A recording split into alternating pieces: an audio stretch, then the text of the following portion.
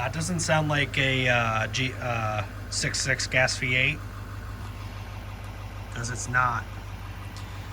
So this is my new 2024 Chevy Silverado 2500, and as you guessed it, it has the Allison transmission and Duramax 6.6 liter V8 turbo diesel with 20-inch tires.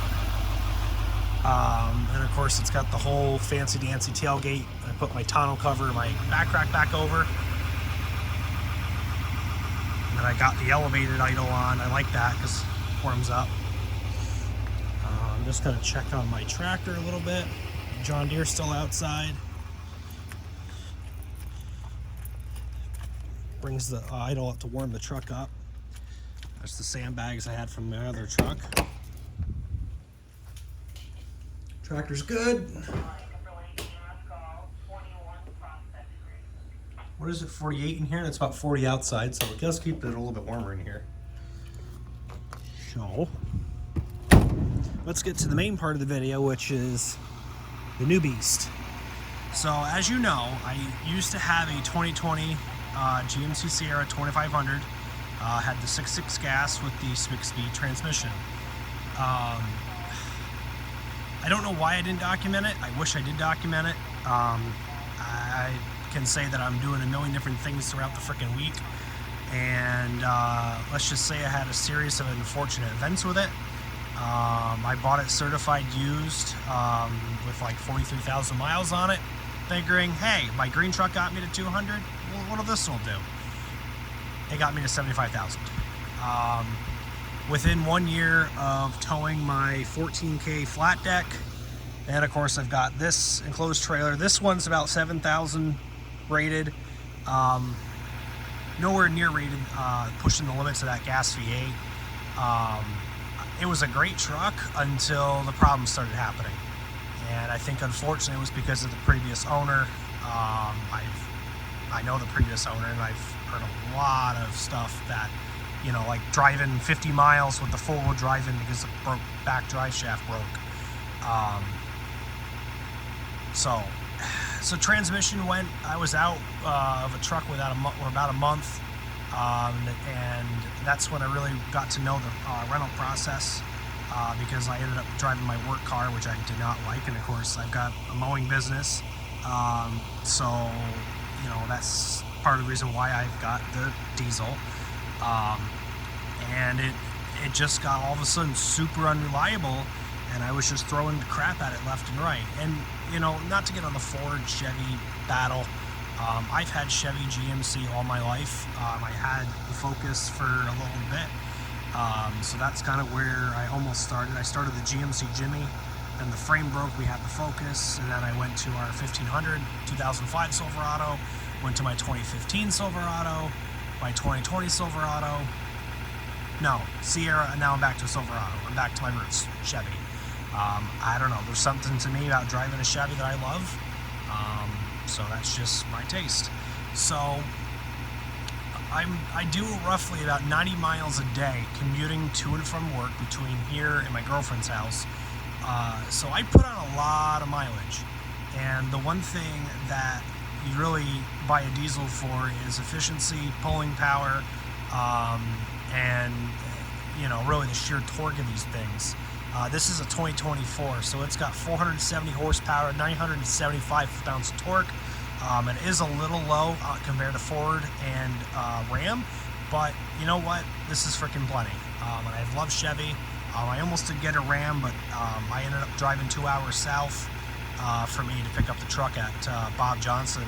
That's a huge dealership in New York State. So I picked it up at Bob Johnson, brand new, because I was just tired of it, you know, repairing it.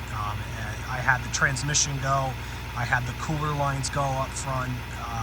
My stereo is in Arabic language. I got water leaking in it. It's, you know what, I got a lemon. And I think part of the reason why I got a lemon is because it was built in Mexico. This is not built in Mexico. This is built in Canada. And I'm not even going to try to pronounce the first name where it is built, besides it's in Canada, because I'm going to butcher it. So I got an incredible deal at this. It was only a few, all my discounts I got, I was pretty much brings the price down to a gas truck or diesel, and so really the $10,000 option really negated itself, and it really wasn't a big deal. And of course, that's why I went with the diesel. The other frustrating thing, I'm going to get into another video, is JB Reviews really hit it pretty hard. Dealers don't want gas, high country, LTZ, or even, as I felt, I had a fully loaded SLE, and I felt the trade-in wasn't the greatest. I get I had 74,000 miles when they did it. But the warranty is great, but I mean, it was just, I don't know, I just had a lot of issues with it. So that was the other reason why that prompted me to go diesel. I want to try to get 70,000 miles out of this truck. Who knows? I may have an issue with the emissions, and as soon as my bumper to bumper's done, I might get a different truck, because I'm not one to screw stuff up, or not screw stuff up, but I'm not one to really mess with shit. If it keeps breaking, I'm gonna trade it. So, and like I said too, I've got a 14K flat deck, so this will tow 19,000 pounds. But let me hop in the truck, and we'll talk for a little bit, and then I gotta skedaddle. But this is Z71. And within the 6 minutes I've been talking to you guys, that's the animation. Another reason I really wanted the 2024. I love that. Love that animation.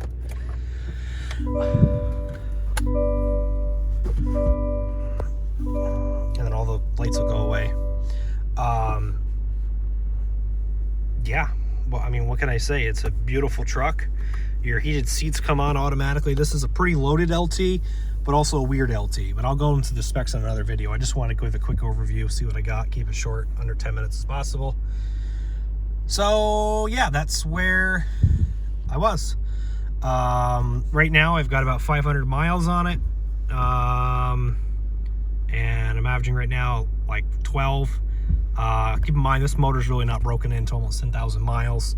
I haven't really been driving it to work because I'm off this week for Christmas, so it's just kind of, I did do a first regen. These actively regen, and you will know it regens because your miles, I ended up catching that. Your drive summary will be absolutely crapola. It will be like 11, 12 miles per gallon. Regen worked fine. I was a little nervous because I had to go into a store. I just shut the truck off, turned it back on, no hesitation, drove probably 30 miles on my other thing, and it was happy as can be. I'm also a volunteer firefighter, so unfortunately this truck idles. It's just a fact of things. I swear that this uses less fuel than my 6.6 gas does idling. I know idling is terrible for a vehicle, but when I'm on scene, I need a truck to be running. I obviously don't have any lights on this because they don't have cigarette plugs. Another thing to fix. Another video. But overall, I absolutely love it. Chevy's done a really home run with the 24 model. I mean, really, it looks clean, it looks modern. I mean, it's feature rich. They really hit a home run. But I'm really glad to be back to a bow tie. As the saying goes, bow tie till I die. Just my preference. So that's kind of what happened. What that was. But yeah. Anyway, I guess real quick on the performance so far at 500 miles. I can't say much. Plenty of power. I will say 975 foot-pounds of torque on black ice isn't too very fun, but I'm getting used to it. So that's kind of why I went diesel. I'm putting crap ton of mileage on a year.